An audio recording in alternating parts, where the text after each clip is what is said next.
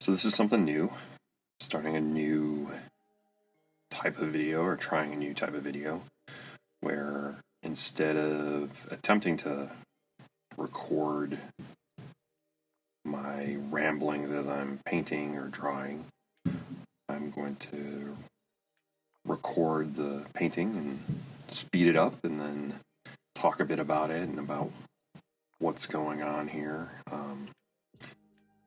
afterwards in post. So that way I can listen to the music that I want to listen to or have playing in the background, whatever I want to play.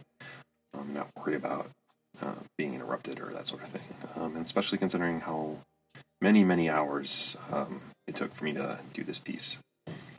So this piece is a cover for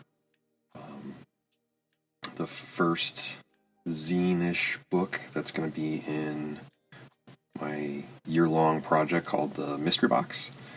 The Mystery Box is a game book, or, well, game box, box set, if you will, that is sort of a send-off to the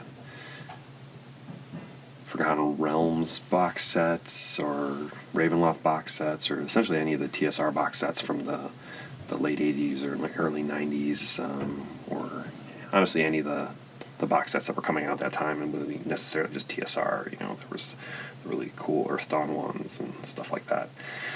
But basically, I always wanted to make one, and I feel like I'm finally in a position to creatively to make one that I'd be satisfied with. And so, the first book that I'm working on right now, which I've finished the principal writing for, is the Adventurer's Handbook, which is a 32-page book for creating characters with Torchbearer, which is my current gaming obsession.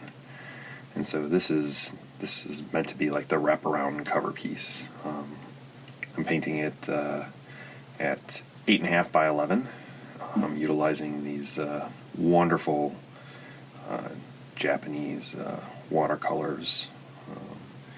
I'm really high on these, and just got them for, I believe, Christmas. I finally got around to pulling them out and giving them a serious go versus just sort of tinkering with them. This is the first major piece I've gotten to work with them. And as you can see here, this is mostly just color blocking at this stage. I'm sort of putting in like my baseline colors. When I paint, I like to, no matter what medium I'm using, I have this tendency to work sort of layer by layer and build, back to front, which I don't think is uncommon, but it's with watercolors, there's always the risk of making it muddy if you're not careful.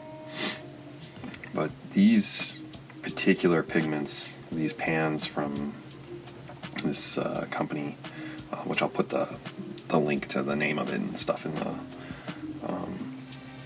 the YouTube description, really nice. The pigment is definitely very strong, and I found that both very wet and very dry, they have a very serious staying power, which is great, which is not something you necessarily always get, depending on the quality of the pigments and sort of the amount of pigment that's just dispersed inside of that gets dispersed inside of the liquid when you add the water. But the idea behind the piece is the world, or the part of the world that I'm sort of set the box set in, is called the Green Sea, and or at least that's the translation of it. And the idea is that everything, that whole area, that whole part of the world is covered in these massive redwood forests, and so I really wanted to evoke sort of the size of it, and honestly how sort of dark and green everything is, I don't know if I spent some time living in California and hiking in Northern California and hiking up there, and I was always sort of struck about how both humid and oddly dark it can be during the day when you really get into those parts of the trails. It's really quite something how that turns out, and so trying to evoke some of that with this, and so that was sort of the idea behind all this, and so I wanted to sort of have the figures in the foreground, small and tiny, and I typically don't paint figures this small, and so I wasn't sure how well this was going to turn out. I usually don't do a lot of watercolor of people either, so I had no idea where this was going to go. I think this was as much an experiment as anything else, as I was playing along. And see, like my brushstrokes are super loose. I don't work very meticulous or clean until honestly the very end. I like to see what kind of mistakes pop in. There are plenty in this piece that sort of forced me to change directions and stuff like that. What I ended up having to paint over or adjust or turn into from sort of like one direction to another. Ultimately it's because of sort of the choices that I made with the loose painting, and my head keeps getting in the way here. This is a new approach to trying to recover or record my painting and drawing. I haven't quite nailed it just yet, so I apologize as my hatted head gets in the way at different points here.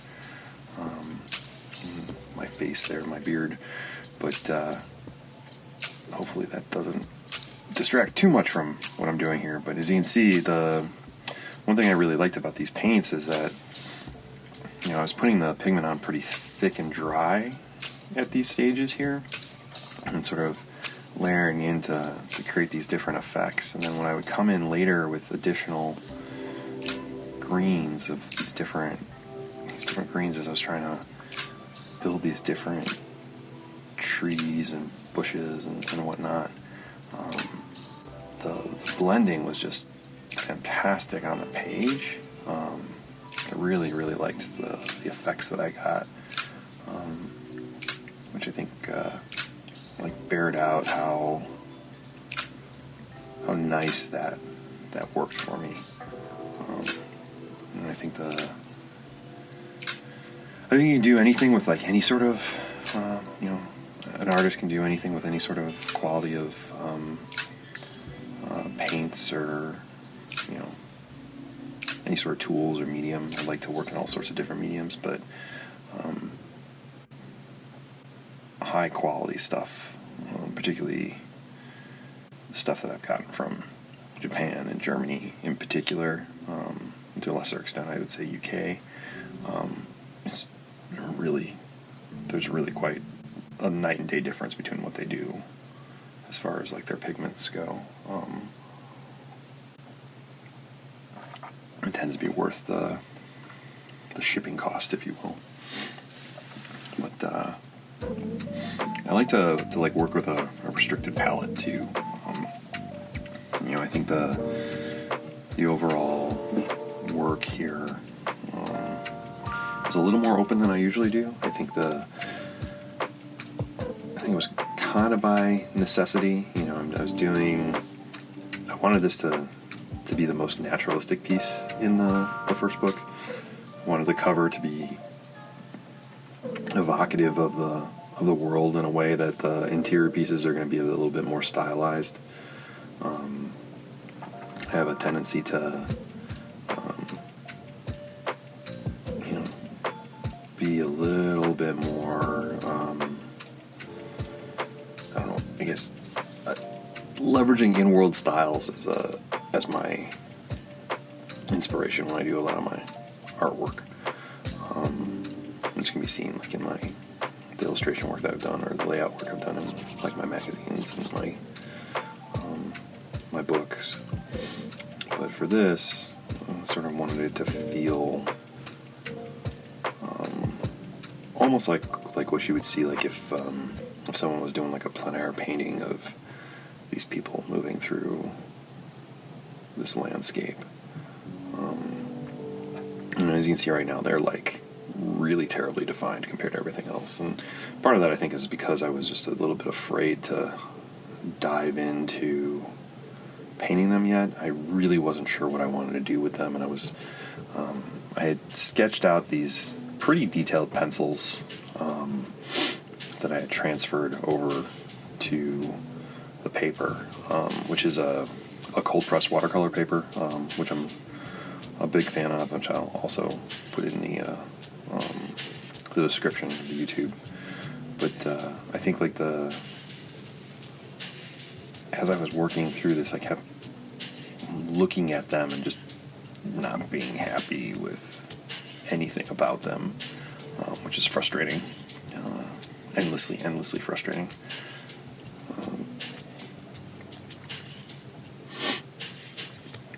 I really wish like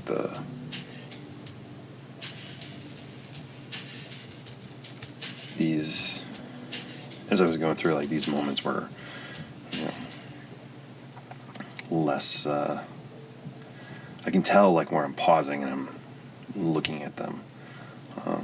But overall, the piece took about 3 days.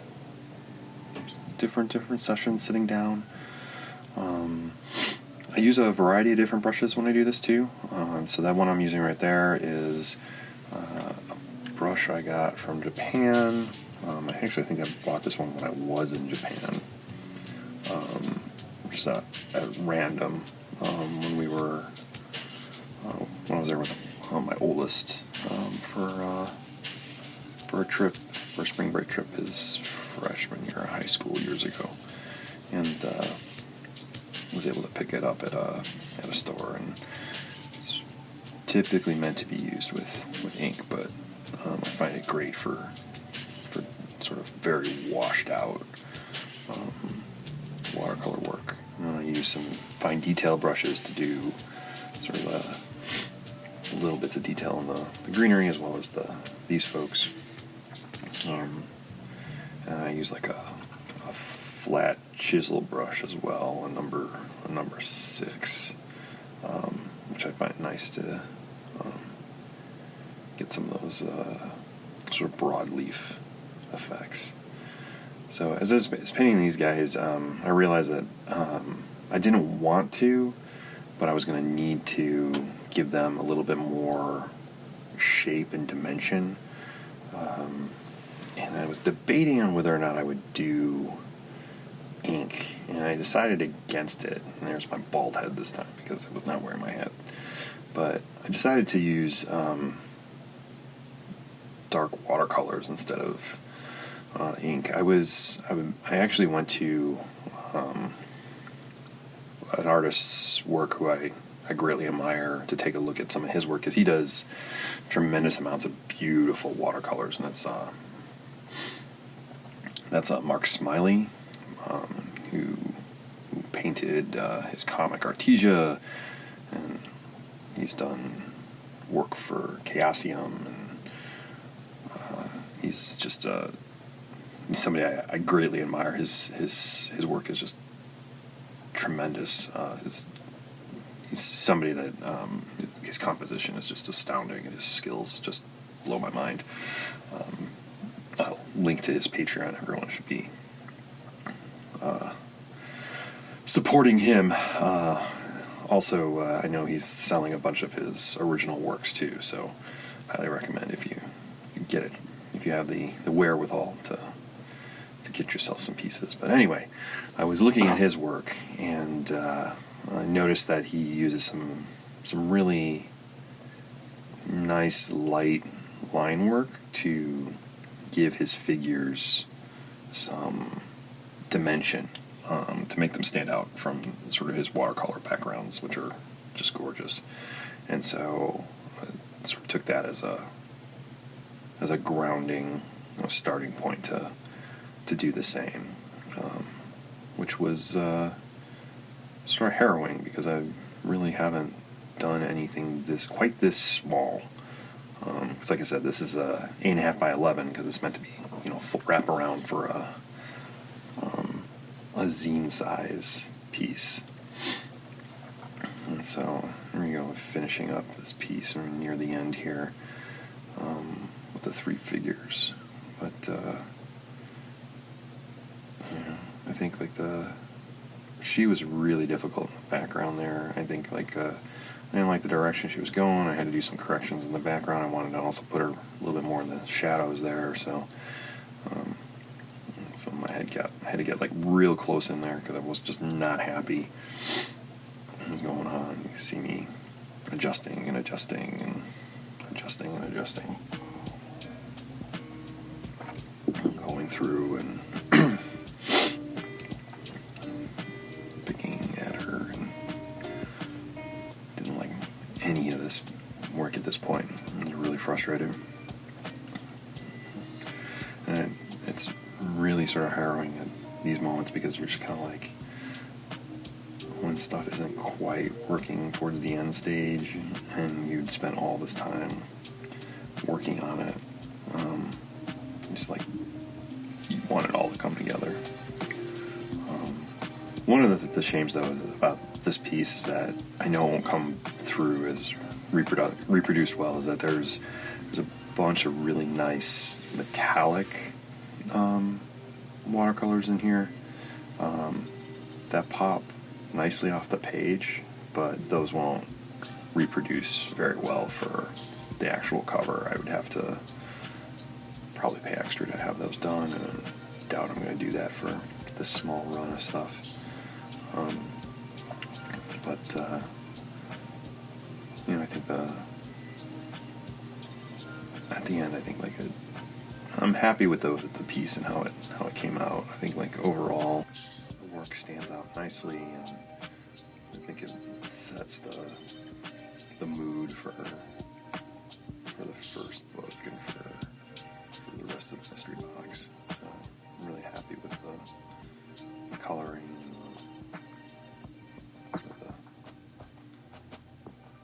what I ended up pulling off here. So I hope you enjoyed it, and I hope you enjoyed watching. Thanks.